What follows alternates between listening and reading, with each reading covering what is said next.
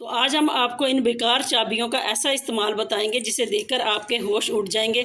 तो इस तरह की जो बेकार चाबियां कोनों खुदरों में पड़ी होती हैं, तो हम इन चाबियों को बेकार समझकर बाहर फेंक देते हैं या इसी तरह से कहीं कोनों खुदरों में पड़ी रहती है। तो आज के बाद आपने परेशान नहीं होना। जो इस तरह की चाबियां होती हैं, इनका हम आपको ऐसा जुगाड़ बताएंगे जिसे देखकर आपके होश उड़ जाएंगे। तो अस्सलाम वालेकुम, कैसे मेरे बहन भाई, खैरियत से? अल्हम्दुलिल्लाह जी, हम भी खैरियत से। आज फिर हम आपके लिए छोटी छोटी टिप्स एंड हैक्स के साथ हाजिर है जिससे आपको बहुत ज़बरदस्त फ़ायदा होने वाला। तो बिना टाइम ज़ाया किए शुरू करते हैं टिप नंबर 1। जैसे कि हम सब के घर में, आपके भी घर में भी इस तरह की नलकियाँ होती हैं।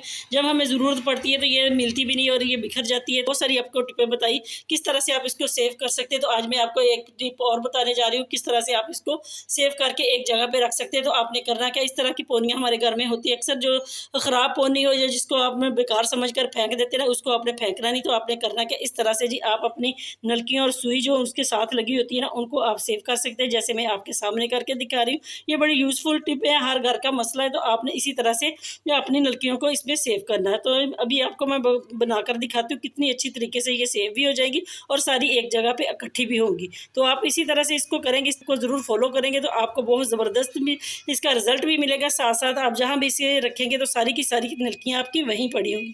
तो उम्मीद है मेरी इस टिप से आप ज़रूर फ़ायदा उठाएंगे। इसको आप अपनी कपड़ में भी रख सकते हैं, आपकी मशीन का जो दराज होता है उसमें भी आप इसको रख सकते हैं, आप किसी और डिब्बे में भी इसको रख सकते हैं। तो इस मेरी टिप से ज़रूर फ़ायदा उठाइएगा। अगर आपको हमारी टिप पसंद आती है तो लाइक करें, शेयर करें। नेक्स्ट टिप जी आपके लिए बड़ी यूज़फुल होने वाली। इस तरह से हम जब मेहंदी तो लगा लेते हैं, किसी फंक्शन में जाना होता है, ईद पे जाते हैं, ईद आती है तब भी हम लगाते हैं। तो इस फंक्शन शादी वगैरह पे जाना होता है तो लगाते हैं। जब उतरती है ना तो ये बहुत बुरी लगती है। तो इसको उतारने के लिए आपने करना क्या, क्योंकि बहुत सारे लोगों ने बताया तो मैं भी वो आज आपके सामने एक तजर्बा करने जा रही हूँ। देखते हैं किस तरह से ये असर करता है। तो आपने करना क्या, सबसे पहले आपने टूथपेस्ट लेनी, इस तरह से आपने अपनी मेहंदी के ऊपर इसको लगाना है जैसे मैं लगा रही हूँ। इसको आपने अच्छी तरीके से फैला लेना है। और अब करना आपने क्या है, हर घर में मीठा सोडा तो होता है, मीठा सोडा आपने लेना इस तरह से जैसे मैं ले रही हूँ। इसको आपने अपने हाथों के ऊपर इसी तरह से मेहंदी के ऊपर लगाने के बाद आपने इसको अच्छे तरीके से इस तरह से करना। देखते हैं कितना असर होता है, ये उतरती है या नहीं उतरती। तो अभी आपके सामने हम लाइव दिखाएंगे, क्योंकि बहुत सारे लोग कहते हैं कि इस तरह से आप मेहंदी को उतार सकते हो। तो अभी मैं आपके सामने ये देखें जी, इस तरह से इसको अपने हाथ फिंगर की मदद से आप इस तरह से रगड़ेंगे, या अगर आपके पास लेमन है तो वो भी आप इसके ऊपर कहते लगा लें। लेकिन मुझे ये पता है कि जब हम मेहंदी लगाते थे ना, छोटे होते, तो हम लेमन को ऊपर घिसाते थे इसलिए कि उसका कलर तेज़ हो, ये उससे तो तेज़ होता है। लेकिन ये देखें जी, हम मीठे सोडे के साथ देखते हैं कि ये इसके साथ जो हमारी फिंगर पे लगी हुई है ये मेहंदी, ये कितनी उतरती है। अभी हम आपको रिजल्ट दिखाते हैं। तो ये देखें जी, मैंने तकरीबन 5-7 मिनट इसको इसी तरह से मैंने उसके ऊपर इस तरह से अप्लाई किया है। और अभी हम इसको वॉश करके भी दिखाती हूँ आपको कि ये कितना इसका असर हुई है। थोड़ी सी कम, लेकिन इतनी ज़्यादा नहीं हुई। मैं अभी आपको दिखाती हूँ। तो ये देखें जी, इसका कोई ख़ास असर नहीं हुआ, उतरी ज़रूर है। ये देखें जी, थोड़ी थोड़ी उतर गई। इसको हम 1-2 बार और लगाएंगे ना तो इसी तरह से हमारी जो मेहंदी है वो सारी की सारी उतर जाएगी और हाथ जो बिल्कुल ऐसे हो जाएगा पहले की तरह, नीट एंड क्लीन।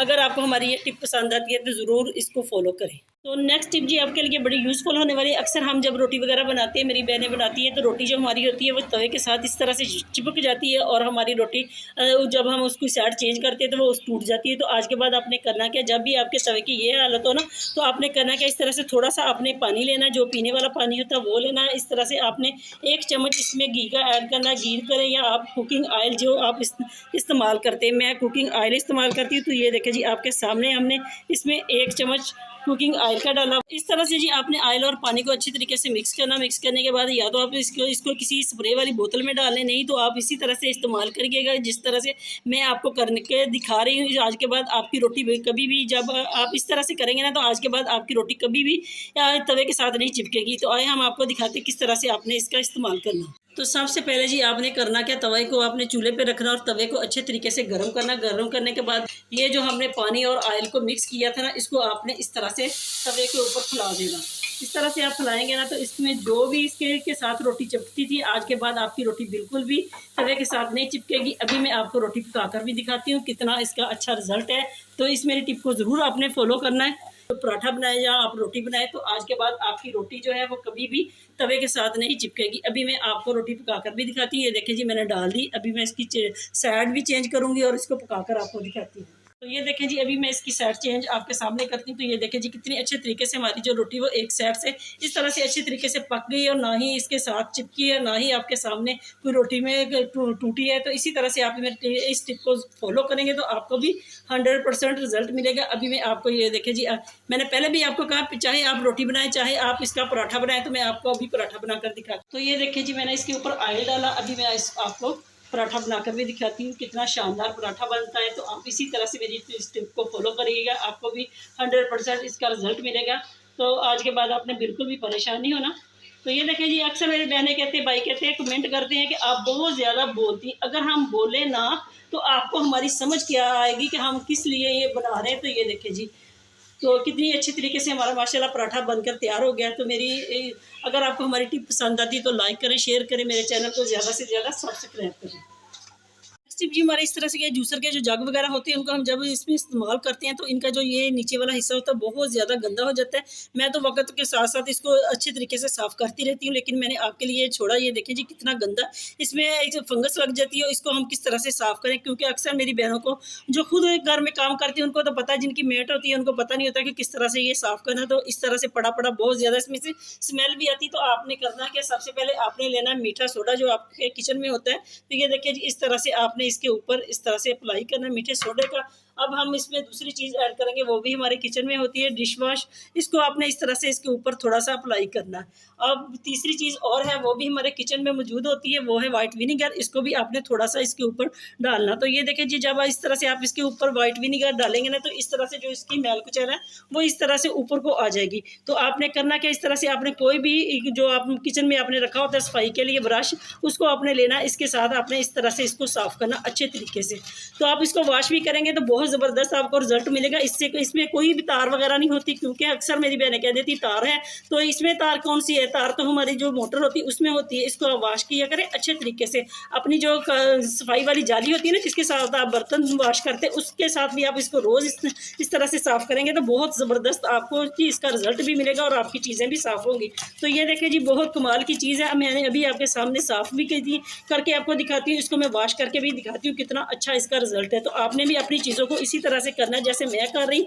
इस मेरी टिप को ज़रूर फॉलो करिएगा, इससे आपको 100% आपको रिजल्ट मिलेगा और आपकी जो चीज़ें हैं वो नीट एंड क्लीन हो जाएंगी। तो ये देखें जी, कितनी अच्छे तरीके से जो इसके ऊपर मैल कुचैल थी वो उतर गई है। तो मैं अभी आपके सामने आपको वॉश करके भी दिखाती हूँ कितना अच्छा इसका रिजल्ट है। ये देखें जी, मैं आपके सामने इसको वॉश करूँगी और आपको नज़र भी आएगा कि कितनी इसमें से जो मैल कुचैल है, ये देखें जी, कितनी इसके ऊपर मैल कुचैल थी वो सारी की सारी ऊपर आ गई है। तो अब हम इसको पानी के साथ अच्छे तरीके से वॉश करेंगे ताकि ये अच्छे तरीके से नीट एंड क्लीन हो जाए। तो ये देखें जी, कितना ज़बरदस्त है इसका रिजल्ट है। और आज के बाद आपने इसी तरह से ये वाले जो जग जूसर जग होते हैं ना, इनको आपने इसी तरह से साफ़ करना। उम्मीद है कि मेरी इस टिप से ज़रूर फ़ायदा उठाइए। देखें कितनी इसके ऊपर फंगस लगी हुई थी, सारी की सारी उतर गई।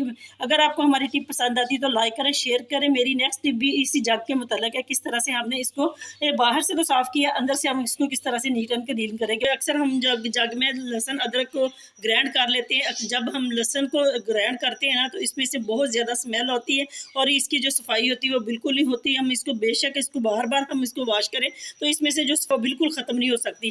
तो किस तरह से हम इसकी स्मेल को ख़त्म करेंगे, वो भी लहसुन की स्मेल को। तो सबसे पहले आपने करना क्या, इस तरह से आपने जी इसमें 1 गिलास के बराबर पानी डाल देना अपने जग में। जग में पानी डाला, हम कुछ चीज़ें इसमें ऐड करेंगे क्योंकि हमारा जो मीठा सोडा होता है ना, वो घर में बहुत ज़्यादा इसके काम आता है। ये चीज़ों की सफाई के भी और हमारे खाने के काम भी आता है।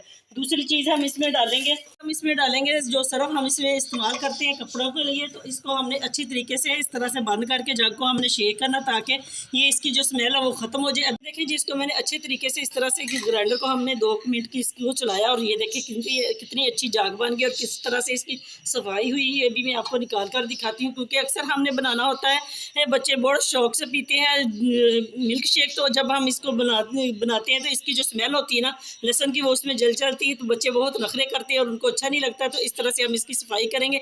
इसके बाद आप चाहे मिल्क शेक बनाएं, जो मर्जी बनाकर अपने बच्चों को दे, जूस वगैरह बनाएं। तो उम्मीद है कि ये वाली टिप्स आपके लिए बड़ी ज़बरदस्त होगी। आज के बाद आपके बच्चे भी खुश होंगे और आपकी भी परेशानी का हल मिल गया आपको।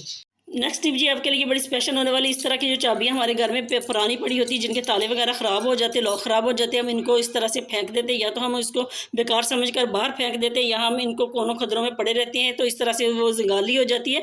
तो इसको आपने करना क्या, जब भी आपके पास इस तरह की चाबियाँ हो तो हम इन चाबियों का ऐसा जुगाड़ बताऊँगी जिसे देखकर आपके होश उड़ जाएंगे। जो चाबियाँ इनका हम आपको इस्तेमाल बताएंगे किस तरह से आपने इन चाबियों का इस्तेमाल करना। तो इस तरह के जो बैग हम रोज़मर्रा में इस्तेमाल करते हैं या हमारे क्लच होते हैं, उनकी जो ये वाली जो जिप होती है ना, अक्सर ये इस तरह से टूट जाती है और बहुत हमारे जो बैग वगैरह है वो बेकार समझकर हम इनको फेंक देते हैं। तो आपने करना क्या, ये वाली जो चाबियां आपके पास होती है ना, आपने इनको फेंकना नहीं, आपने करना क्या, ये देखिए जी, इस तरह से आपने थोड़ा सा इसका सिरा खोलना और इसको इसके ये देखिए इस तरह से इसमें आपने एंटर कर लेना।